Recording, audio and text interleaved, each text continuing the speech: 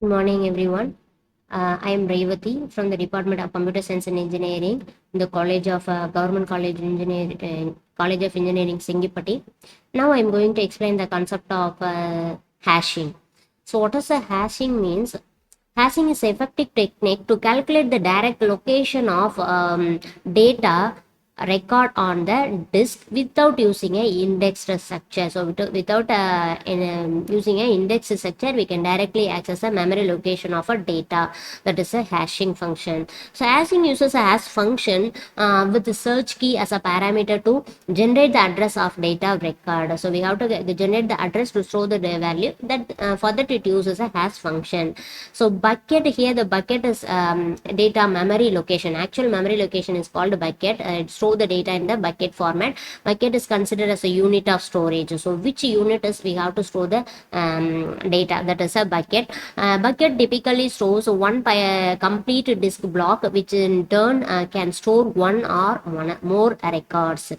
Next, a hash function. A hash function H is a mapping function that maps all the set of search key K to the address where actual record are placed. So where the actual record is placed, that is calculated by the hash function. It may be any mathematical function. It is simpler mathematical or complex mathematical function. So here it function from search key to bucket addresses. Next, there are two types of hashing. One is a static hashing and another one is dynamic hashing. So static hashing means it always changes the value. So in the static hashing, when a static hashing, the value cannot be changed. The value is constant. That is a static hashing. Static hashing, when a search key value is provided, the hash function always compute the same address. So the function always compute only one address for the one record.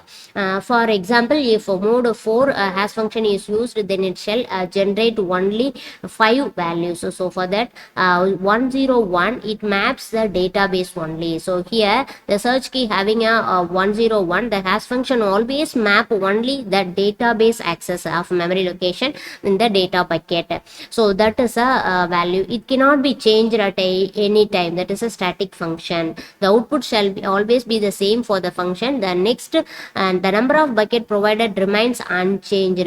So the memory location value must be unchanged. The value is always same. That is a static function hashing. Next, what are the operation means? Here we can use insertion, deletion and search operation. We can use three types of operation. Insertion means when a record is required to be entered using static hash, the hash function H computes a bucket address for a search key K where the record will be stored, so like that we have to insert it based on the search key. And bucket address is H of K. It is calculated as a H of K. Search means when a record needs to retrieve, the same hash function can be used to retrieve the address of the bucket when the data is stored. So the same using a hash function, we have to search the record in the data buckets. Next one is delete. This is simply a search followed by a deletion. We have to search and we have to delete the value from the bucket. Next, bucket overflow. So this is a main condition. There is a situation overflow. So that is the condition of bucket overflow is known as collision. Is also called collision. This is a fatal state for any static hash function in case overflow chaining can be used.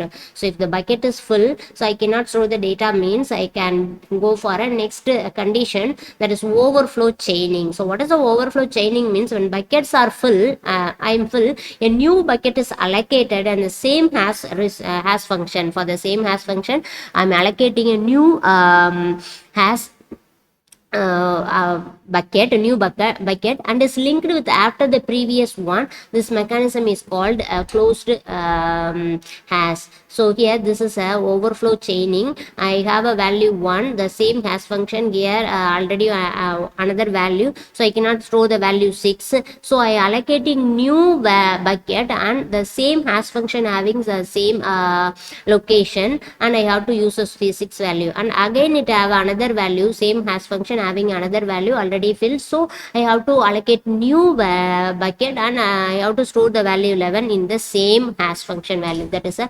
overflow chaining. Next one is it is called closed loop hashing. Next one is linear probing. So what is a linear probing means when a hash function generates address at which data is already stored, the next free record is allocated. So we cannot change the length of a data bucket. So whenever which value is free, in that free bucket I have to store the data. That is a open hashing. So here this is a linear probing method. So 6 I have to use to store in this hash value. So in this data bucket I have already one value, so I have to go for a next block. So this block is free, so this data bucket store the value is 6. Like that I have to store the same hash function that store the free hash data bucket. That is called linear probing. Next one is dynamic hashing. So problem with the static hashing, that is not expanded and shrink dynamically as the size of the database grows or shrinks. So dynamic hashing provides a mechanism in which the data buckets are added and removed dynamically and on demand. So dynamic hashing is also known as extended hashing. This is also called extended hashing. So hash function is dynamically changing. It made to produce a large number of values, and only few are used initially. So for example, this is a value n1, n2, n3, n4. So this having a bucket 1, bucket 2, bucket 3, like that. It having more number of buckets, data buckets. So we can easily store large number of datas. So querying. So these are the operations made in the bucket, the dynamic hashing. Querying means look at the depth value of a hash index and use those bits to compute the bucket addresses. Update means perform a query as above and update the data. Deletion means perform a query to locate the desired data and delete the same. Insertion means compute the address of the bucket. Like that we can perform some of the operation. So this is a condition to execute the operations. So if the bucket is already full means that is overflow condition. If it is already full means add more bucket. We have to add more bucket because this is dynamic one, so we can easily add a more buckets. Add additional bits to hash value. So for that hash we have to use a more number of bits for a search key, and recompute is a hash function. We have to change the mathematical function to execute the calculate the data buckets address. Next one is else. I am not a full means I have to add the data to the bucket directly. I have to store them. So this is a condition to store the values or insert the value and delete the value and querying the value into the make the operations on the data buckets. So if all the buckets are full, perform the remedies of static hashing. Next one is hashing is not favorable when the data is organized in some order and querying require a range of data. When a data is discrete and random, hash performs a best. So always hash function performs a best operation, best result.